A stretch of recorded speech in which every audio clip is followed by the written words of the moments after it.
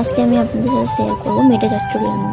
প্রথমে মেটে আর কচুরিগুলোকে ভালো করে ধুয়ে নিয়ে তার মধ্যে তেল, নুন, হলুদ আর দুধ দিয়ে দিলাম। দুধ দিয়ে ভালো করে মাখিয়ে নিলাম। আমার কাছে যেহেতু দই অ্যাভেলেবেল ছিল না, তাই আমি দুধ দিয়েই রান্নাটা করলাম। কড়াইতে তেল গরম হয়ে এলে ওতে আমি একসাথে টমেটো কুচি, পেঁয়াজ কুচি আর ধনেপাতা কুচি দিয়ে দিলাম। ধনেপাতাটা অনেক পরে দিলেও হয়, কিন্তু আমি ভেজে ভেজে রান্না করতে পছন্দ করি, তাই আমি আগেই দিলাম।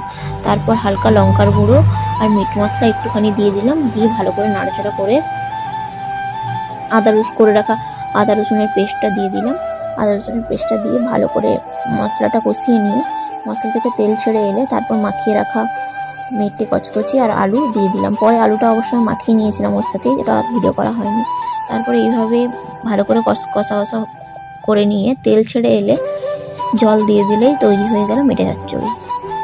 তো লাস্ট আমাদের রাতের মেনু ছিল ভাত, মেটে চচ্চড়ি, আলু ভাজা।